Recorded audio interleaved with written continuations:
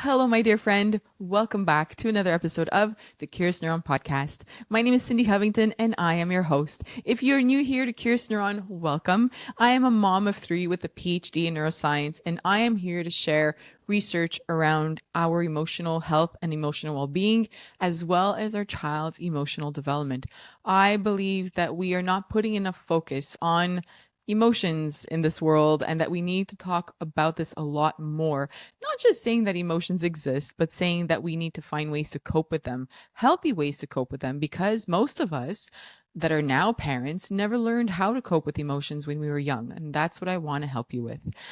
Today's episode is a solo, and I actually had another topic planned for this episode, but something happened this week that I feel that I want to share and that I want to talk about. It's going to be almost like a journal or some sort of reflection with you being here. And I have to get this off my chest and to speak about this with all of you. So I'm going to talk about my grandmother who went into the hospital earlier this week. And I'll get into all the details right after I thank our sponsors. And yeah, you want to stay tuned for this. We're going to talk about trauma informed care, and this applies regardless of your age, and especially for our kids. There were so many things that I was seeing in the hospital that were kind of reminding me that we still need to learn a lot in our system.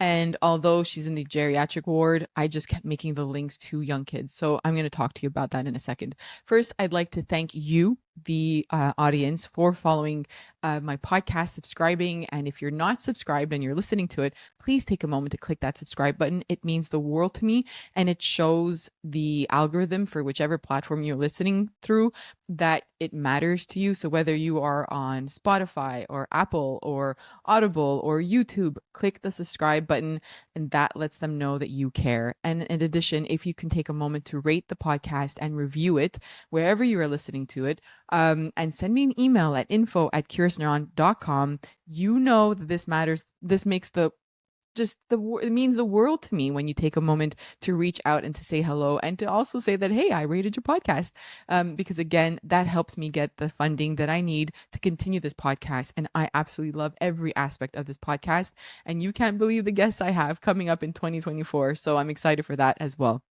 If you aren't following us on Instagram, you can do so at curious_neuron, and you can visit our website at curiousneuron.com. We have articles written by researchers and by graduate students, and we have Curious Neuron Academy. So if you're looking for a little bit more help this year, you can click on the Academy and get yourself a little webinar or a PDF toolkit, whatever works best for you. And I would like to take a moment to thank the Tannenbaum Open Science Institute here at the Neuro in Montreal for supporting the Curious Neuron podcast, as well as the McConnell Family Foundation for supporting the podcast. We have a new sponsor, and I'm so grateful for the help of these organizations that understand and believe in the importance of sharing science, because that is what I do. In addition to that, you will see in the show notes that I've been sponsoring or collaborating with some companies, and companies that I know will bring you something of high quality and something that will make a difference for your well-being.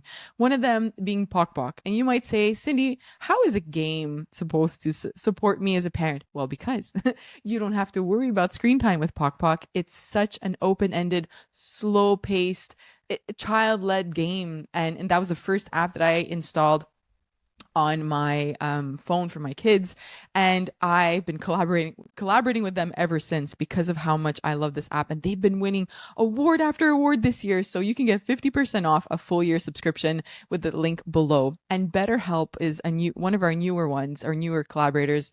And again, I'm just so grateful for the parents that reach out to me to say, you know what, I took a leap. I heard you talk about BetterHelp. I know you always talk about helping ourselves first, and now I did it, and I see a difference in my child. I haven't even done therapy for my child. It's for myself, and I see a difference in my child's behavior. So congratulations to all of you who are taking that time to do the work on yourself. And if you haven't yet, maybe you're not there yet, and it's okay. I would never want to pressure anybody to start the work if they're not ready yet. But keep it in mind that there are options for you. You don't have to leave your house with BetterHelp. You can do it from the comfort of your own home.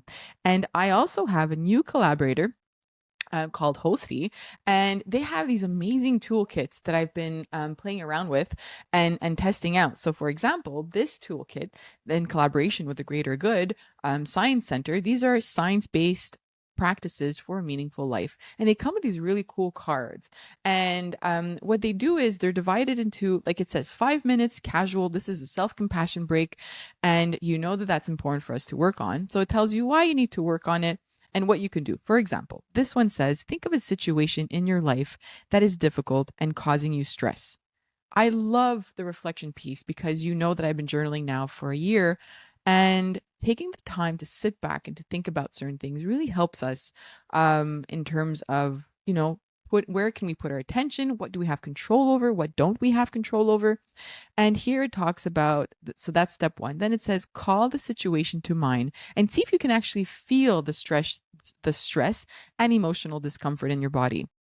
Then number three says, now say to yourself, this is a moment of suffering. This acknowledgement is a form of mindfulness, of simply noticing that what is going on for you emotionally in the present moment without judging the experience as good or bad.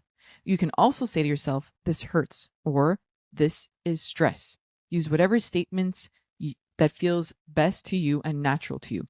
I'm not going to go on with this card, but just do this activity this week. Take a moment to sit down and write about that. Really reflecting on what's going on in our lives helps us so much. If you want more of these cards, they have these bigger packs. They have smaller packs as well. You can click the link in my show notes, hosty.com, and you can get 20% off any product that you buy. They even have a journal. They have so many different kinds of reflection cards for both you and your child. And the reason why I've partnered with them is because I want to make sure that I can bring anything, any product or service to you that will help you with your emotional or psychological well-being. So thank you to Hosty for giving us that discount for the Curious Neuron community. And as always, you know that I'm the co-founder of the Wondergrade app. So if you are looking for support specifically in helping you teach your child how to cope with emotions, you could click the link in my show notes that will bring you to the Wondergrade app in Canada, the States, or anywhere you are, and you can get 50% off a 1-year subscription. I know you've never heard me say that before. We are figuring our way around and how to build this app and make it successful for you so that it supports you. We just launched a parent section on the app so that you can find a place where you can find scripts, or we call them parenting audio guides. So if you're in a moment where you need to step away and go hide in the bathroom, do it. Don't feel guilty about it.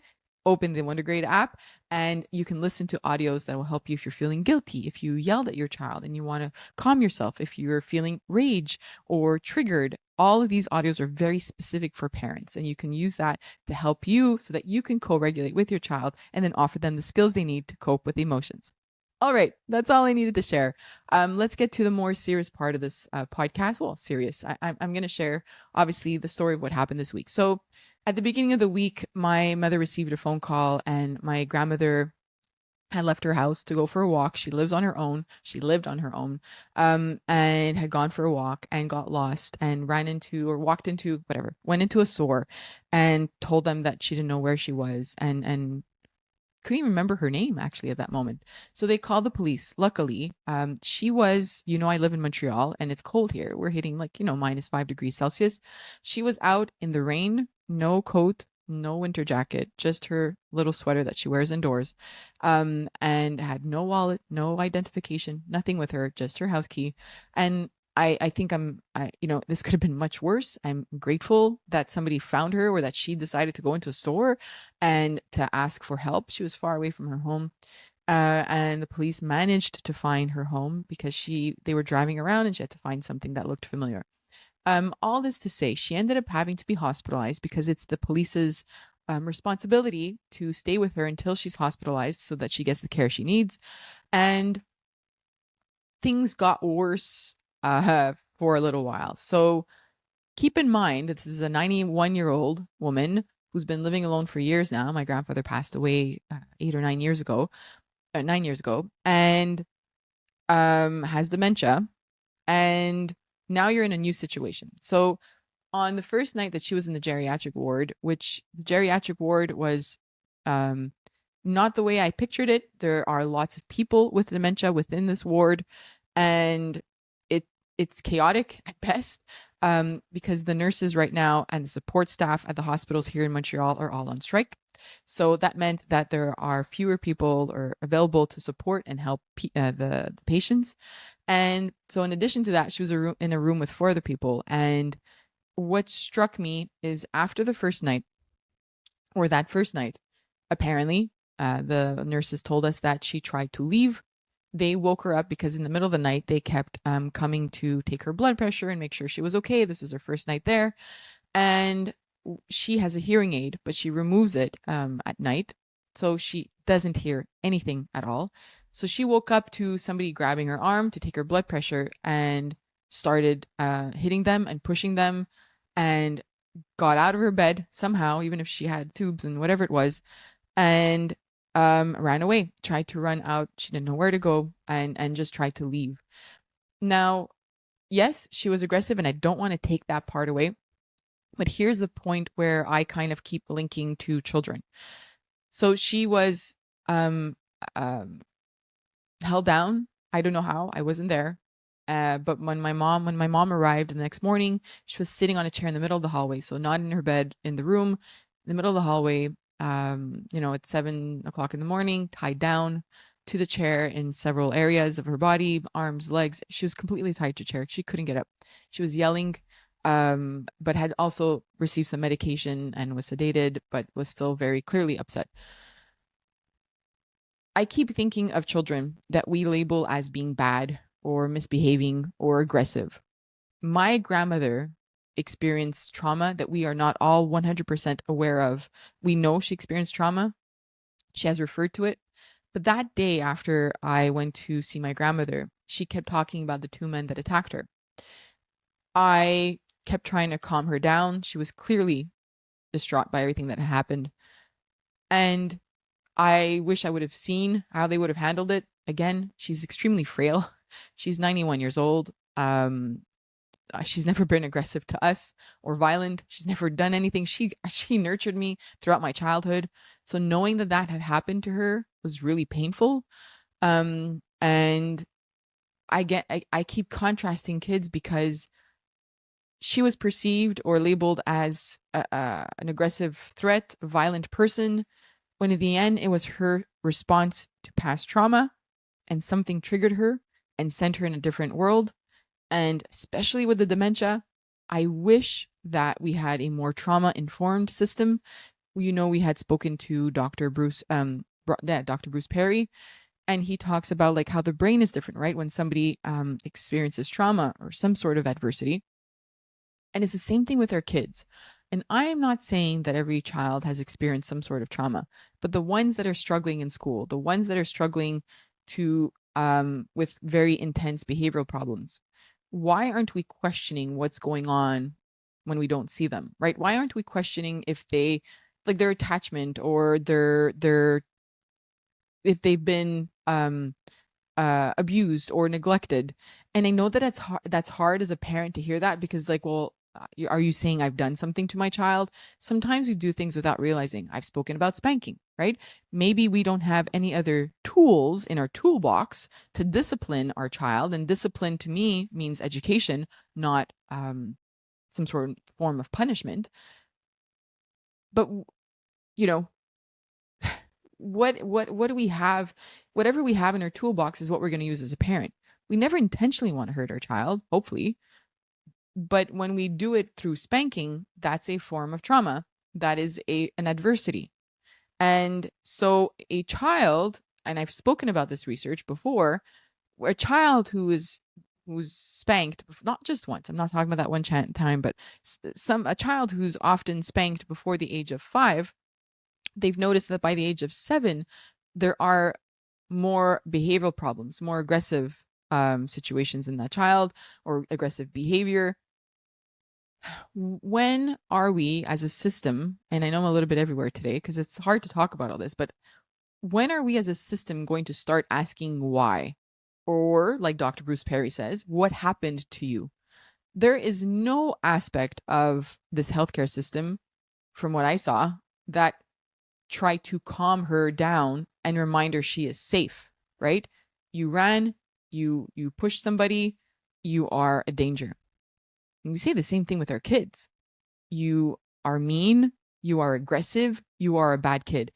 And I'm not saying we all do that, but I've heard this ad nauseum from parents around me. So I know that it's happening. When do we start saying, how can I help you?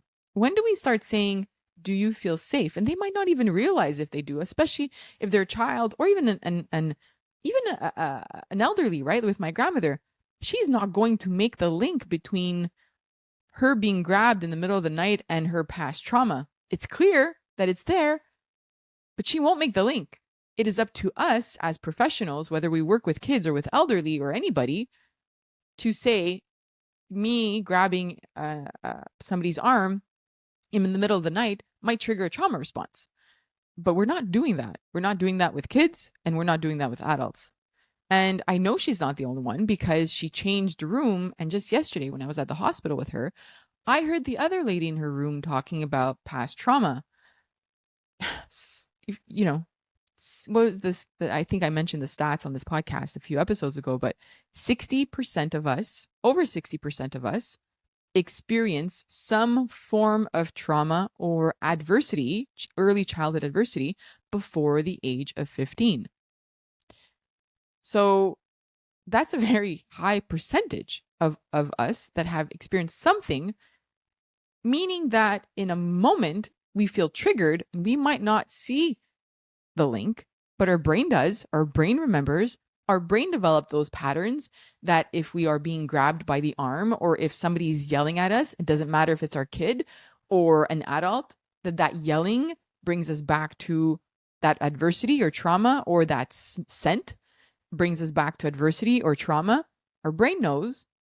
So at what point as a system, how long can we keep ignoring this without actually bringing the research that is there, that is clear, into the picture so that we can take better care of our kids and better care as a system of patients, right? And this trauma-informed system applies in preschools and daycares and schools, in high schools and elementary schools, in our system, our healthcare system, everywhere.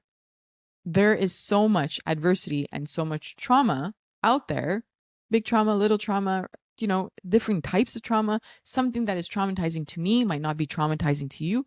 But when do we as a system start using this society, especially, and I said at the beginning, this comes back to our kids and it's important to us, because if we are just on autopilot and continuing things the way that they are, and we have all these kids in daycare and we think of that percentage, over 60% of kids will experience some form of maltreatment, trauma, abuse, neglect before the age of 15.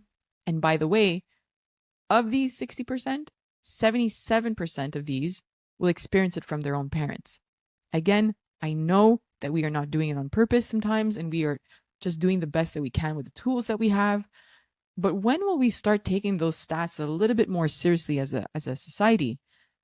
A 91-year-old woman, you should see, I have pictures of them, and every ounce of me wants to put this up on social media to talk about it, because a 91-year-old woman shouldn't have black and blue wrists and arms. And this is not where they took blood. I know that causes bruises. And I'm not pointing at the people who did it. I'm pointing at the flaws in our system that should have educated these people in treating her a little bit differently. How does it make sense that a 91-year-old woman who's so frail, they can barely draw blood from her because there's nothing, like it's just bones. How does it make sense that her wrists are black and blue because of how tightly somebody must have grabbed her and how tightly they must have tied her down? Because she got scared. And how many kids are scared of adults around them and act out and behave? And I say this over and over again. A child misbehaving is some form of communication. It applies to us too. If I'm misbehaving, right? If we stop using that word and we turn it to actually describing the behavior, if I'm yelling more often with my partner or with my kids, if we say misbehaving, we let it go. It's over. She's misbehaving. She's a bad mom.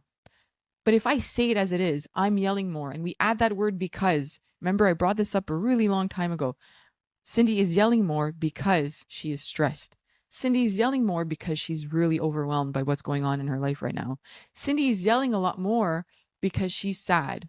If we describe the behavior and give it substance, then we understand that that behavior has some underlying cause or reason. We can do that with our kids. My child is aggressive because, and if we can't fill out that because, we need to get curious. Why? What's going on? Is there a change in caregivers in their environment? Did they change daycare? Did the caregiver at their daycare change? Not necessarily saying that something bad is happening, but that transition could lead to their system being in fear. And when our system is in fear, even if we don't consciously know it, especially with a young child, especially with an adult who has dementia, our system is in fear. We are going to react to it, not respond, react to it, and we react to it externally through our behavior. So internally, we are experiencing fear, but externally, I'm yelling at you. A child is yelling, is aggressive, is trying to get away from you, doesn't want to be held by you, doesn't want to be calmed down by you. We are seeing the external aspect. And as a society, we're labeling this as misbehavior. But we are not saying, we're just saying misbehavior. And that's this blanket of statement. That's like this big term that really we're not being specific. So if we can say that child is hitting more because whatever the reason is, then we start saying, oh, well, I can do something in that child's environment to change that because, right? So if the because is they haven't built an attachment with their new caregiver, great. Let's find ways to work on that. Let's be more vocal with their caregiver to say, look, you're new. Let's find ways to connect. Can I have a picture of you? Can I put it in my house? Can I talk about you? Can I make my child feel safer in your environment? Or if your child is yelling at you a lot more because you've been stressed lately and you notice that you are very different around your child, what can you do to start working on your stress? Can you journal? Can you work on mindfulness? And I know all these things feel like very big undertakings, but they're small steps. I started journaling in January, so almost a year ago now. And that has made a huge difference for me in how I'm responding to my kids and how I'm dealing with overwhelm. I have my journal beside me. And to me, this week, I've been journaling a lot because every day has brought on some sort of emotion. And I don't want that emotion to trickle into my parenting. I'm not saying that it hasn't at all, but a lot less than it would have a year ago if I wasn't journaling about everything because I get it out there. I have a support system. I talk to my husband. I call my friend, my friends, and I talk to them about what's happening. I get it out of my system. What do we have as support? And not all of us have support. Not all of us have a partner that we can talk with or a friend that we can call. So that journaling piece, or even just taking your phone and talking to it, anything for you to get it out of your system and to start reflecting, which is why I love the Holstein cards, right? They're supporting how you can reflect about something. Okay, so clearly there's a lot on my mind this week, and clearly it's just been a really overwhelming week to the point that I just couldn't record when I wanted to record for this week's podcast. And I know that it's a lot, but I do want us to use this podcast episode, and I don't want to talk for 3 hours, but I do want us to take this experience that I have had this week to help us reflect on which changes we can make. If you are a grandparent, if you are a parent, if you are somebody that works in a daycare or preschool or school setting, what can you become more aware of with that child in front of you to start asking why? Stop. Let's try as a society or as a Curious Neuron community to stop saying my child is misbehaving. Let's be very specific. My child is aggressive, and let's use that word because. My child's been more aggressive lately because. You don't have to have the answer to it. And most of us might not get the answer to it right away. Some of us might. We might say, well, we just changed home, or I'm going through a divorce or a separation, and that's very heavy on my child. Those are very normal situations for a child to change their behavior because they're testing their environment, or they're scared, or things are not certain, and that's causing a lot of distress in their system. But it doesn't mean you have to ignore it, right? It doesn't mean that we have to say like, well, they're misbehaving or they're acting out and yelling a lot more because I'm going through a separation. No, that still means that we have to try to offer tools. But can we, as a takeaway from today's episode, reflect on how we can support children a lot more in our society? If you work with children and you've noticed in your daycare or your preschool that there's a child who's just misbehaving a lot, what is that misbehavior? Are they yelling at you? Are they being very rough and aggressive with other children? How can you have a conversation with their parent about what we just said today? How can you start that conversation in a way? And you know that with Curious Neuron, compassion is very important. I don't want to point fingers at parents. I don't want to point fingers at you. I don't want you to point the fingers at the parents, but I want you to get curious with them and to say, I've noticed that your child is doing XYZ and that I can't come up with the reason why. I want to get curious about the reason why. And I need you to help me because if we don't work on this together, it's going to continue. And your child's going to be, they're going to get disciplined and in trouble for things that might not necessarily be their fault. Talk to the parent about how the brain functions and how perhaps at home, if there are differences or if there's a caregiver, maybe one parent is very gentle and shows a lot of warmth and has those limits and boundaries versus another parent that might not show a lot of warmth and connection. Maybe the child's responding to that. Maybe, the parents are arguing a lot in the home and the child is responding to that. Maybe you're listening to this and saying, I have been arguing a lot with my partner. Things aren't going well. And I have noticed a very big difference in my child. All I want from this episode is for us as people either working with kids or having kids to reflect on the reasons why. Jot some notes. Is it possibly because of ABC? I don't know. You will figure this out.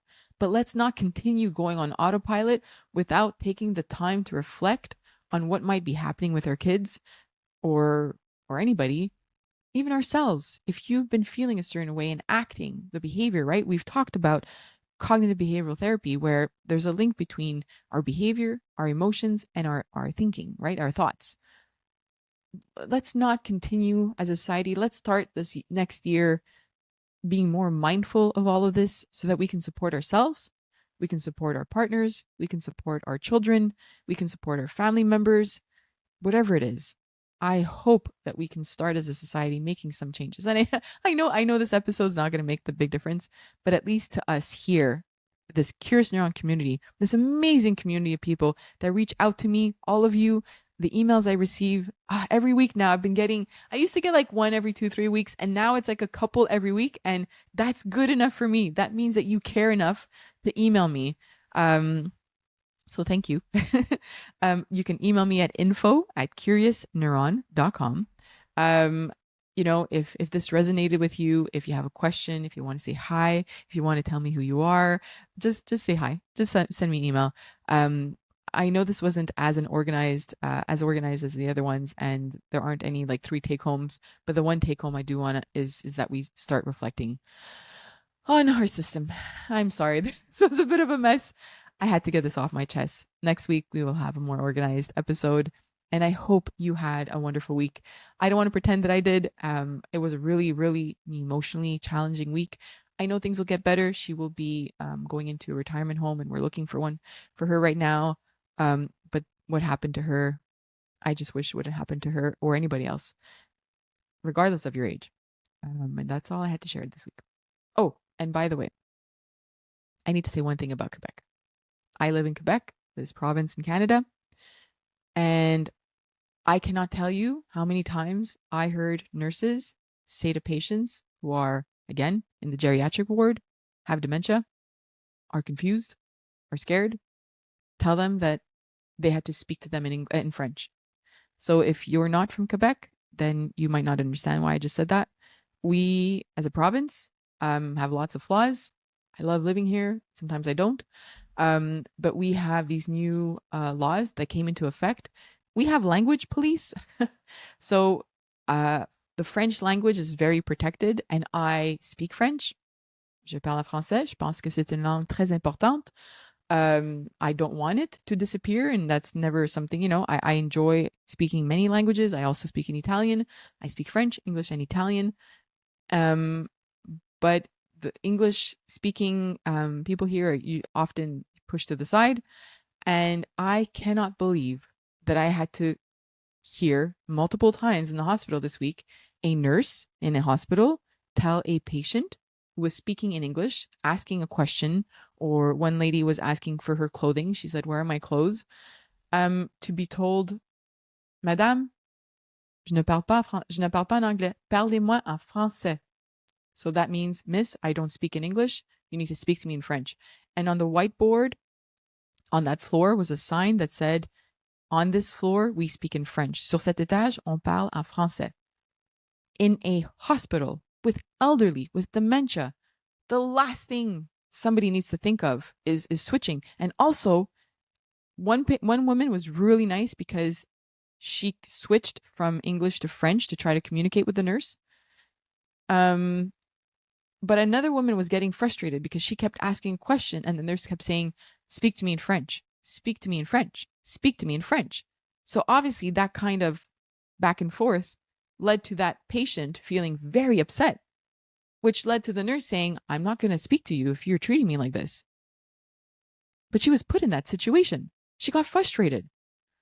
That is an episode for another time. And I definitely will be jumping onto social media as soon as I'm calm enough to talk about it. That is not healthcare. So bravo, Quebec, for yeah, for creating this kind of healthcare for our patients. So in addition to not being trauma informed, you put language first over the patient. And that's all I have to say today. I know it's probably the first time you've heard me speak like this. I haven't sworn, but I am appalled by so many things in our healthcare system. And that is all. I hope you have a beautiful and lovely week. I will see you next week. Thanks for being part of this community. Bye.